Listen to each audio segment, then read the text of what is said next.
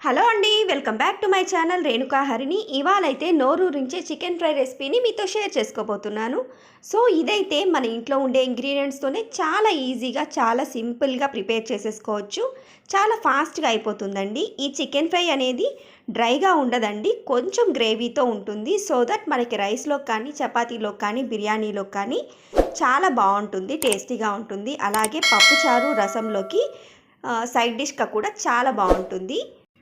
ఈ chicken fry కోసం అయితే నేను ముందుగా ఒక 400 గ్రామ్స్ అయితే చికెన్ తీసుకున్నానండి. సాల్ట్ వేసేసి బాగా వాష్ చేసేసుకున్నాను.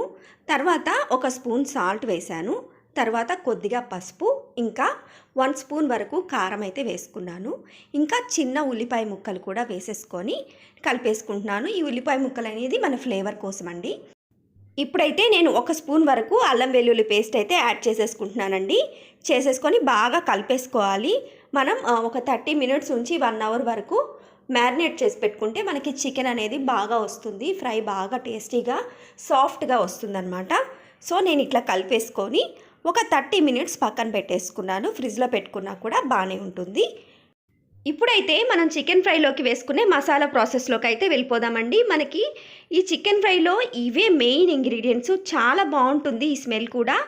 ఈ మసాలా కోసం అయితే నేను ఒక 5 ఎండుమిర్చి తీసుకున్నాను, 2 ఇంచుల చెక్క, ఒక 5 లవంగాలు, 2 యాలకులు, 1 స్పూన్ వరకు సోంపు, 2 స్పూన్ల వరకు ధనియాలు, ఒక 2 బిర్యానీ ఆకులు తీసుకున్నాను. ఇవేనండి మనం మసాలా కోసం యూస్ చేసేవి. దీనైతే మనం ఫ్రై చేసుకోవాలి. దానికోసం అయితే ఒక కడాయి పెట్టుకొని మనం ముందుగా అయితే ఎండుమిర్చిని ఫ్రై చేసుకుంటాము. సో కడాయి పెట్టుకొని అందులో ఒక 1/2 టీ స్పూన్, చాలా తక్కువ, మనకి అది వెట్ అవ్వాలి అంతే, అంతకుమించి ఆయిల్ అయితే అవసరం లేదు. ఇట్లా ముందుగా ఎండుమిర్చి అయితే ఫ్రై చేసేసుకున్నాను నేను. ఇవి వేగాక నేను మసాలా దినుసులన్నింటినీ వేసేసుకున్నానండి. ఇందులో నేను ఎక్స్ట్రాగా ఒక 4 మిరియాలు కూడా వేసుకున్నాను.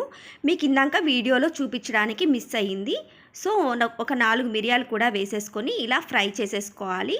ఇది కొంచెం కూల్ అవ్వాలన్నమాట. తర్వాత మనం గ్రైండ్ చేసేసుకోవచ్చు, అదే బ్లెండ్ చేసేసుకోవచ్చు. సో ఈ లోపైతే మనం ఫ్రై ప్రాసెస్లోకి అయితే వెళ్ళిపోదాము. దానికోసం అయితే ఒక కడాయి పెట్టుకొని అందులో కావాల్సిన వరకు ఆయిల్ వేసుకున్నాను. కొంచెం ఎక్కువ ఆయిల్ వేసుకుంటే బాగుంటుంది. సో దాంట్లో కొంచెం జీలకర్ర వేసుకున్నాను. అది చిటపట్లాడాక మనం ఉల్లిపాయ ముక్కల్ని వేసేసుకోవాలి. నేనైతే పొడుగ్గా తరుక్కొని ఇట్లా వేసుకున్నాను. ఒక 2 ఉల్లిపాయలు ఇట్లా పొడవుగా తరుక్కొనేసి ఇట్లా వేసేసుకున్నాను అనమాట. ఇవి కొంచెం ఫ్రై చేసుకోవాలి. ఈ ఉల్లిపాయల్ని మరీ ఫ్రై చేయాల్సిన అవసరం లేదండి, కొంచెం మెత్తబడితే సరిపోతుంది. పించ్ ఆఫ్ సాల్ట్ అయితే వేసుకోండి కావాలంటే. కొంచెం మెత్తబడ్డాయి. సో ఇప్పుడైతే నేను పచ్చిమిర్చి యాడ్ చేసుకుంటున్నాను. ఒక 3 పచ్చిమిర్చిని ఇలా పొడవుగా చీల్చేసుకొని ఇట్లా యాడ్ చేసేసుకున్నాను అనమాట. ఇవి కొద్దిగా ఒక 1 మినిట్ అట్లా ఫ్రై చేసుకొని అందులో ఒక 2 స్పూన్ల వరకు అల్లం వెల్లుల్లి పేస్ట్ అయితే నేను యాడ్ చేసేసుకున్నాను. ఇది బాగా ఫ్రై చేసేసుకోవాలి, మనం బాగా కలిపేసుకోవాలి. మనకి ఈ అల్లం వెల్లుల్లి పేస్ట్ ఫ్రై అయ్యేలోపు మనం ఇందాక మసాలా దినుసులన్నీ ఫ్రై చేసి పెట్టుకున్నాం కదా, అవి కూల్ అయిపోయాయి. వాటినైతే మనం చక్కగా ఫైన్ పౌడర్గా మనం బ్లెండ్ చేసేసుకుందాము. సో వీటినైతే మనం మిక్సీ పట్టేసుకొని పక్కన పెట్టేసుకుంటే సరిపోతుంది.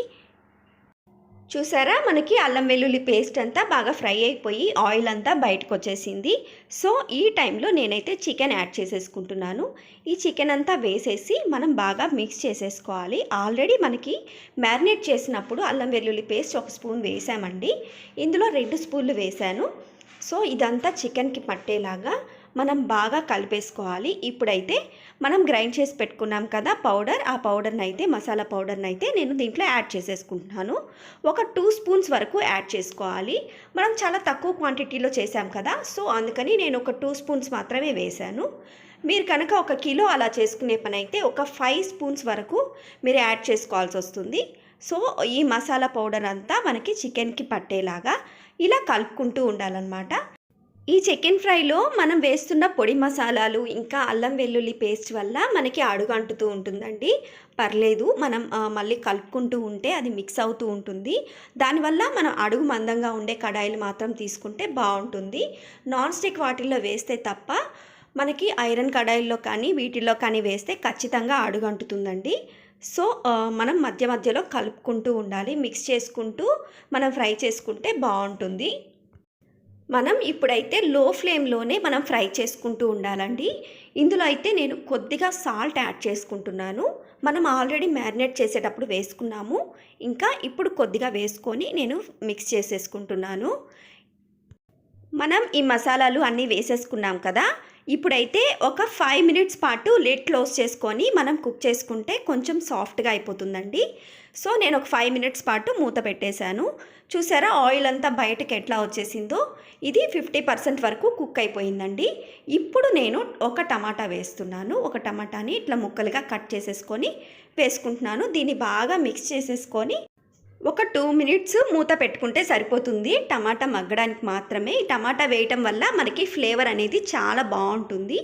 మనం టమాటాని ముందుగానే వేసామంటే మనకి చికెన్ హార్డ్ అయిపోతుందండి. అందుకని నేను ఇప్పుడు వేశాను. హాఫ్ కుక్ అయ్యాక తర్వాత యాడ్ చేసుకున్నాను. ఫ్లేవర్ చాలా బావుంటుంది. సో, ఇప్పుడైతే నేను ఒక హాఫ్ కప్ అయితే వాటర్ వేసేసుకొని ఇట్లా కుక్ చేసేసుకుంటున్నాను. ఇప్పుడైతే మనం మీడియం ఫ్లేమ్‌లోకి కన్వర్ట్ చేసుకొని కాసేపు కుక్ చేసుకుంటే సరిపోతుంది. ఈ వాటర్ అంతా మనకి ఎవాపరేట్ అయిపోవాలి. అంతవరకు మనం కుక్ చేసుకోవాలి. మనకి చికెన్ కుక్ అవుతున్నప్పుడు మంచి అరోమా వస్తుందండి. ఆ స్మెల్ ఉంటుంది చూడండి.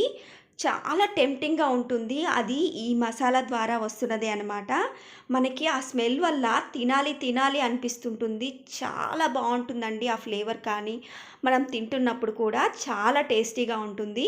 అలాగే లాస్ట్‌గా నేనైతే కొత్తిమీర కూడా యాడ్ చేసేసుకున్నాను. ఒక్కసారి కలిపేసుకొని మనం స్టవ్ ఆఫ్ చేసేసుకోవడమే. అంతేనండి, చికెన్ ఫ్రై అయితే అయిపోయింది. ఎవరైనా ఈజీగా ప్రిపేర్ చేసేసుకోవచ్చు. బ్యాచిలర్స్ అయినా ఎవరైనా ఫాస్ట్‌గా చేసేసుకోవచ్చు అనమాట. అంతేకాదండి, మన ఇంటికి ఎవరైనా రిలేటివ్స్ వచ్చినప్పుడు చికెన్ ఫ్రైని ఇలా చేసి పెట్టి చూడండి. లొట్టలేసుకుంటూ తినేస్తారు. అంత బావుంటుందనమాట. ఇది మనకి 30 మినిట్స్ టు 40 మినిట్స్‌లో కంప్లీట్ అయిపోతుందనమాట ఈ రెసిపీ. సో, ఈ వీడియో మీకు నచ్చినట్లయితే లైక్ చేయండి, షేర్ చేయండి. కొత్తగా చూస్తున్న వాళ్ళైతే సబ్స్క్రైబ్ చేసుకోండి. Thank you so much.